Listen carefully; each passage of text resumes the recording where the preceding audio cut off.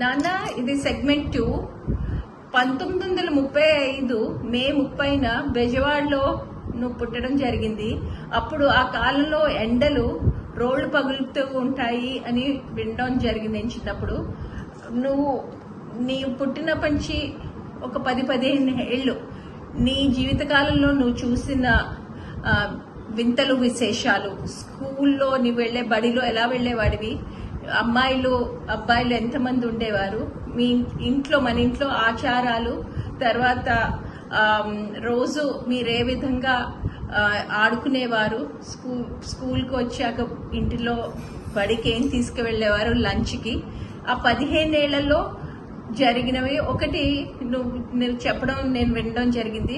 నీ 10 ఏళ్ళప్పుడు గాంధీ గారు, అంటే 1947, అంటే నీకు 12 ఏళ్లేమో, లేకపోతే 1945లో నాకు తెలీదు, ఎప్పుడో నువ్వు చెప్పాలి, బెజవాడ రైల్వే స్టేషన్కి వస్తే మీరంతా వెళ్లి చూశారు అని.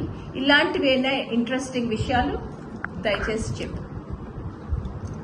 నువ్వు చెప్పినట్టుగా నేను 1935 మే 30వ తారీఖు పుట్టాను.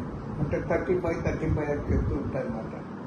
బెజవాడలో గవర్నర్పేటలో ప్రస్తుతం ఉన్న బీసెంట్ రోడ్డుకి పడమటి వైపు ఉండేటువంటి రోడ్డు మొత్త సుబ్బయ్య గారి స్ట్రీట్ అని పేరు ఉండేది.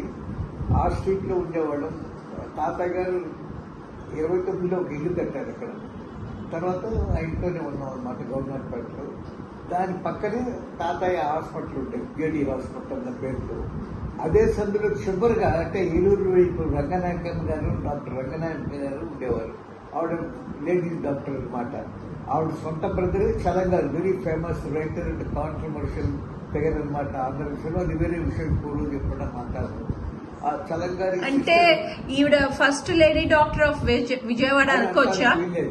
ఎందుకంటే ఇంకా 2-3 ఉన్నారు. ఆ రోజుల నాటి ఎక్కువ మంది లేరు, మా మెయిన్ డాక్టర్ గారు, ఫిమేల్ డాక్టర్ గారు. డాక్టర్ అశ్వమ్మ గారు తర్వాత వచ్చారు. అంటే వీళ్ళకన్నా జూనియర్ అవుతారు. అవన్నీ లేడీ డాక్టర్లు తర్వాత మాట్లాడుకోవచ్చు.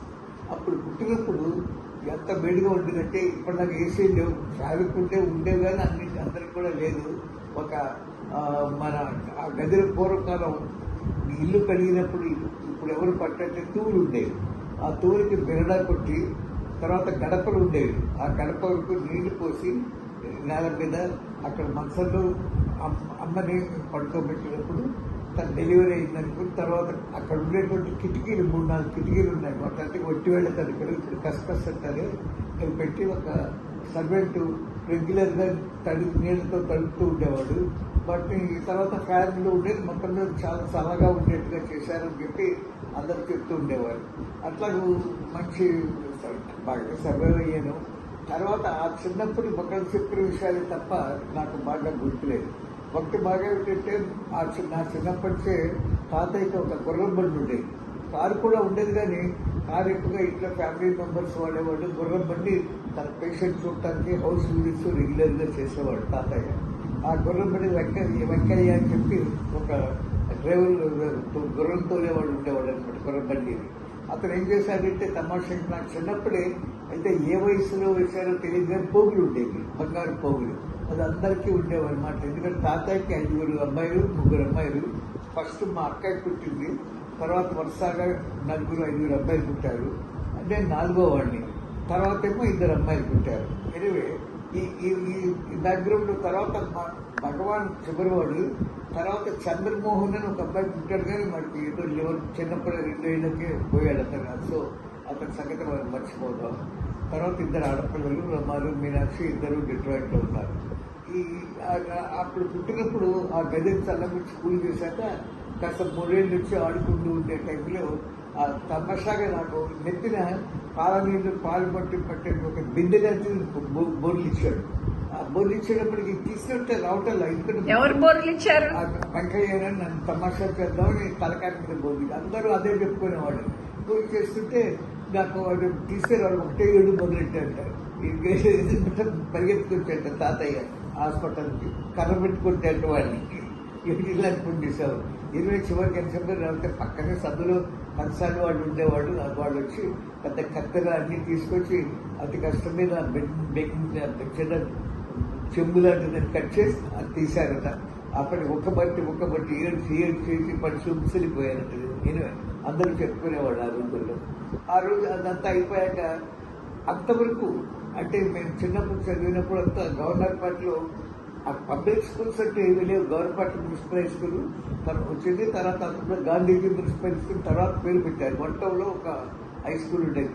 మా పెద్దన్నయ్య గవర్నర్ శాస్త్రి, చిన్నయ్య శ్రీరామ్, మేము పెద్దబ్బాయి చిన్నబ్బాయిని పిలిచేవాళ్ళం. దాని తర్వాత ప్రకాష్ పెద్ద పాప, నన్ను చిన్న పాప అని పిలిచేవాళ్ళు కొన్నాళ్ళు. ఎనివే వాళ్ళంతా మా పెద్దన్నయ్య రెండో వన్ టౌన్ అంటే పాత టౌన్లో ఉన్నటువంటి హై స్కూల్లో చదువుకున్నా మేమంతా గవర్నర్ పంచాయతీ చదువుకోండి. నేను ప్రకాష్ మేమంతా చిన్నప్పుడు మాకు ఎలిమెంటరీ స్కూల్ కూడా మా సందులో చివరి దాకా ఉండేది. అక్కడ పెళ్లి ఉండేది. తర్వాత ఆ సందులో వచ్చి వెళ్తుంటే గోపాలరెడ్డి రోడ్ మన చెట్ల బజార్లో చాలా చెట్లు ఉండేవి.